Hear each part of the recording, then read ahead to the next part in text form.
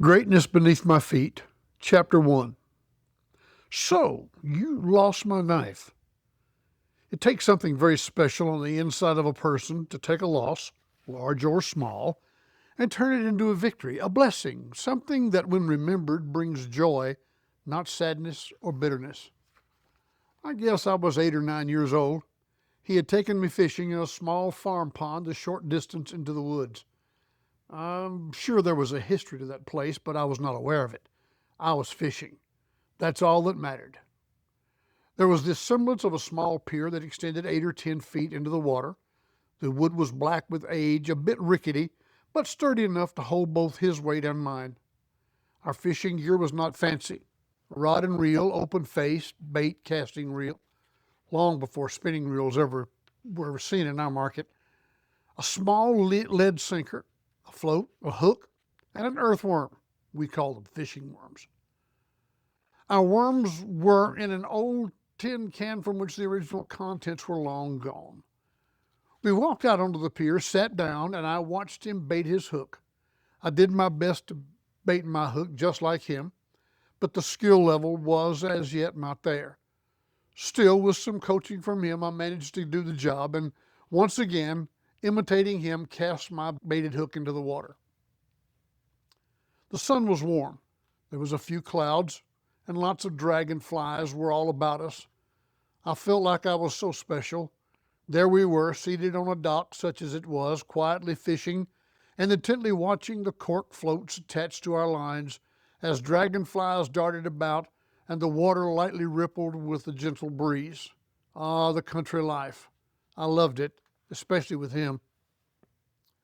We were getting little bumps, slight nudges on our lines, so that after a while he decided to check his hook. He was right, he needed fresh worm. So once again, in the heavy imitation mode, I did the same. I too needed some fresh bait. It was in one of those rebaiting interludes that it happened. He decided he wanted to use a smaller hook, so he had to make some adjustments. He carried a small paper bag in the bib of his overalls in which he carried extra hooks of many sizes. He removed his pocket knife, always keenly sharp, from his pocket, cut the line to remove the hook he was using, and then replaced his knife into his pocket. Then he adjusted the position of the lead sinker and the float on the line and proceeded to tie the smaller hook on the line. When he had done that, he retrieved his knife from his pocket once again, cut the bit of extra line, closed the knife, and replaced it back into his pocket. Then he was back to fishing. It was only a few minutes until he caught his first fish, a catfish about 15 inches long. At that point, I knew he had found a secret, and so I set out to imitate his every move. I had watched him so closely, remembered every move, and initiated the process. Having retrieved my hook from the water, however, I realized something was missing. I had no knife. So I asked him, "Can I use your knife?" He calmly reached into his pocket, gave me the knife, and said, "Be careful, it's sharp." I opened the blade and cut the hook from my line, closed the blade, and gave it back to him. He placed it back in his pocket, and I proceeded with the task at hand.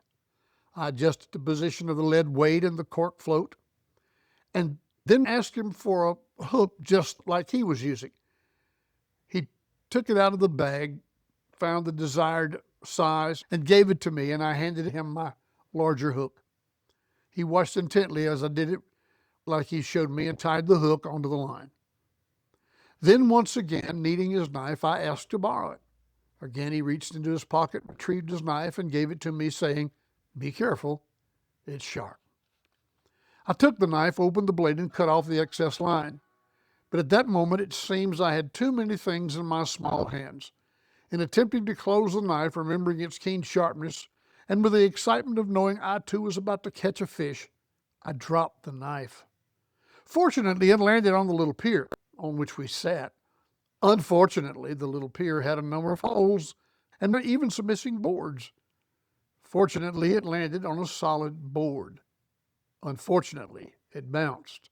And then came the real misfortune. It fell into the water. Not only had I dropped the knife, but it fell into the water. It was gone forever. As most old farm ponds in that area, this one was muddy.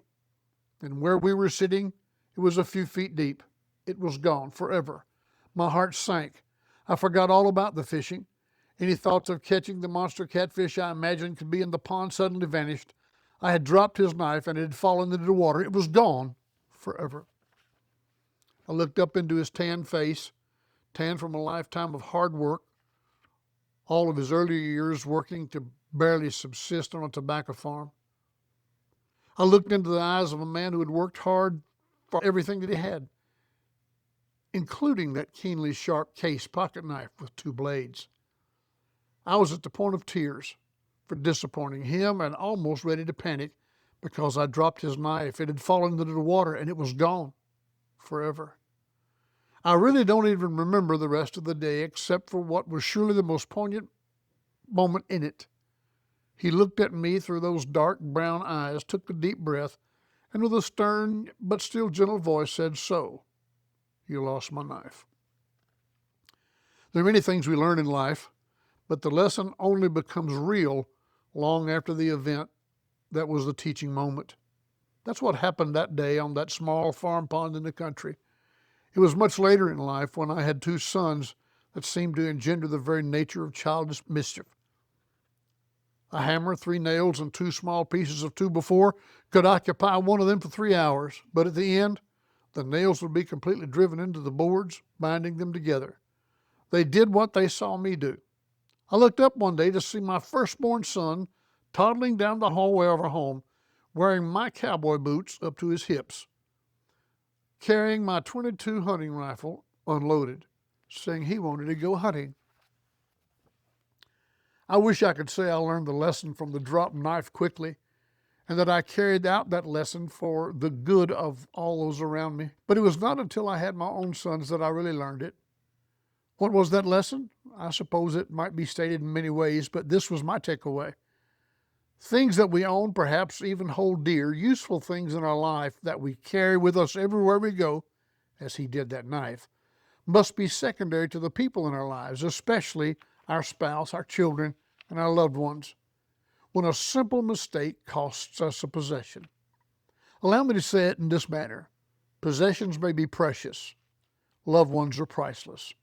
Possessions may be replaced. You can find substitutes.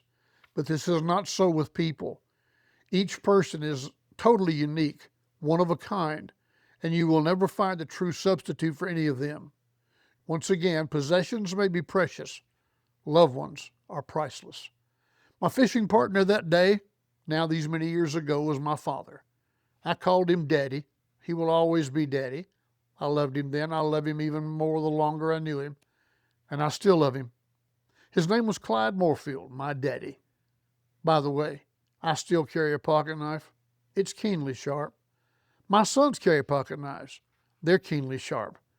And I've lost a few knives, but I still have my sons. Thank you, Daddy, for lending me your shoulders, for spreading your greatness beneath my feet.